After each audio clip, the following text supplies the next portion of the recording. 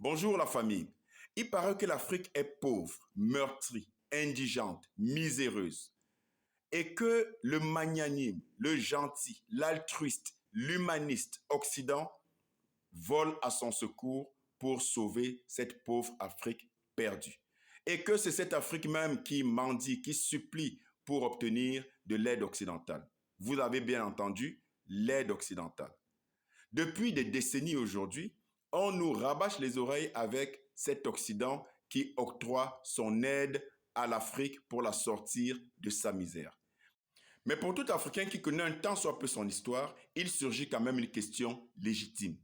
Comment se fait-il que l'Occident qui a toujours truandé, falsifié, meurtri, pillé, spolié l'Afrique depuis des siècles jusqu'à ce jour, serait subitement épris d'humanisme et de magnanimité pour voler au secours de l'Afrique?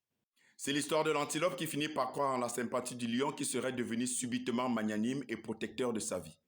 Mais ce qui est triste, c'est que bon nombre d'Africains, comme cet antilope naïf, croient dur comme fer à l'aide occidentale à l'Afrique parce que, pensent-ils, tout ce qui vient de l'Occident est sincère, tout ce qui vient de l'Occident est bon. C'est connu, l'Afrique, c'est le plus riche des continents de la planète, aussi bien en ressources du sol et du sous-sol qu'en ressources humaines. En termes d'endettement, l'Occident croule sous le poids de la dette bien plus que l'Afrique. L'Afrique, c'est 1140 milliards de dollars à la fin 2022 en termes de dette, d'après la Banque mondiale. Tandis que la dette seule des États-Unis culmine à 31 400 milliards de dollars, ce qui dépasse largement les PIB combinés de la Chine, du Japon, de l'Allemagne, de la France et du Royaume-Uni. Les États-Unis sont ainsi 30 fois plus endettés que l'Afrique, tandis que la France, avec sa dette de 3 000 milliards de dollars, soit 110% environ de son PIB, se retrouve dans des records de dette jamais atteints. Et il en va de même pour l'essentiel des pays occidentaux, mais ça ne les empêche pas de se faire l'illusion de vouloir aider l'Afrique. En termes de population, l'Occident n'est pas envié non plus. L'âge médian en Europe est de 43 ans, tandis qu'il est de 18 ans en Afrique. Ce qui suggère pour l'Afrique un avenir économique radieux avec une population dynamique, ingénieuse et un marché potentiellement important. Comment est-ce qu'une population européenne vieillissante peut-elle venir en aide à une population dynamique africaine essentiellement jeune?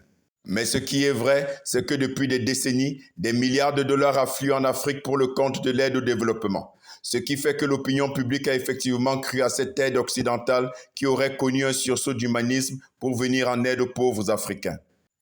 Plus de 300 milliards de dollars déversés en Afrique entre 1970 et 2010 au titre de l'aide au développement et de lutte contre la pauvreté venant des gouvernements occidentaux et des structures financières occidentales, notamment les institutions de Bretton Woods, le FMI et la Banque mondiale. Curieusement, entre 1970 et 1988, quand le volume de l'aide était à son pic, le taux de pauvreté en Afrique est passé de 11% à 66%, alors que des pays comme le Cameroun, le Burundi, le Malawi et le Burkina Faso dépassaient des pays comme la Chine et la Corée du Sud en termes de revenus par habitant. En clair, la prétendue aide occidentale à l'Afrique est un leurre. La vérité, c'est que cette aide n'a jamais été pensée pour soutenir les économies africaines qui étaient déjà victimes de la prévarication des gouvernements occidentaux depuis le temps de la colonisation.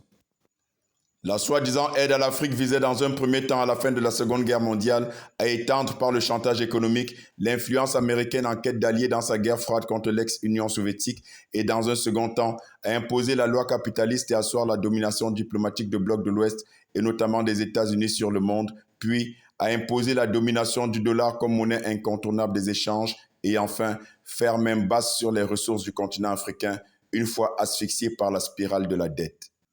Tout ce que cette fameuse aide a apporté à l'Afrique, c'est une dette inique. Ce sont des dictateurs sanguinaires imposés par l'Occident pour assurer la préservation de ses intérêts au détriment des populations meurtries et une misère profonde et durable.